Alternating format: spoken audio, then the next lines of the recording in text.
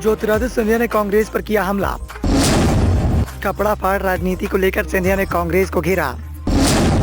सिंधिया का दिग्विजय और कमलनाथ पर हमला, बोले जनता का क्या करेंगे हाल। मध्य प्रदेश की सियासत में दिन ब दिन जुबानी जंग देखने को मिल रही है। लगातार कांग्रेस और बीजेपी के नेताओं के बीच में जुबानी हमले तेज हो गए हैं। एक दूसरे पर आरोप प्रत्यारोप का दौर भी चल रहा है।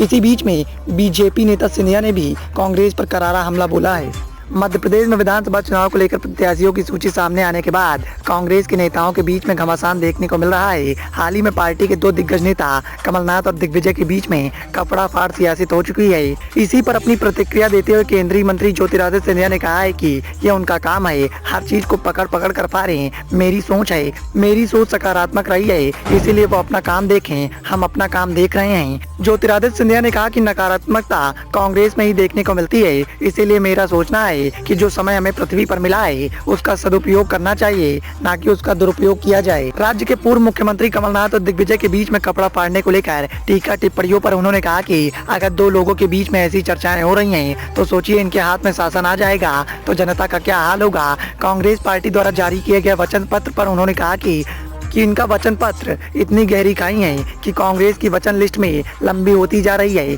लेकिन कभी पूरी नहीं होगी। मैनिफेस्टो बनाना, लुभावने मुद्दे उसमें डालना आसान है, लेकिन अपने वचन को निभाना उतना ही कठिन है।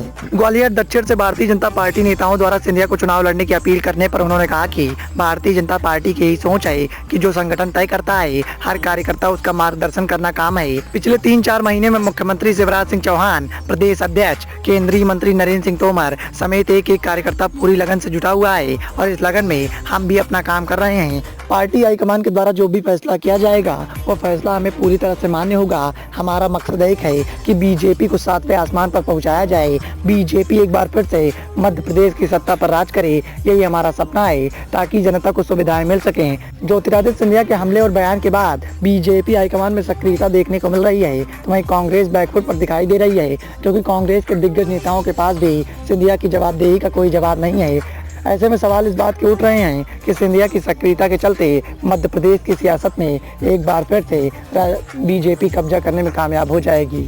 Bureau report, the noise of India.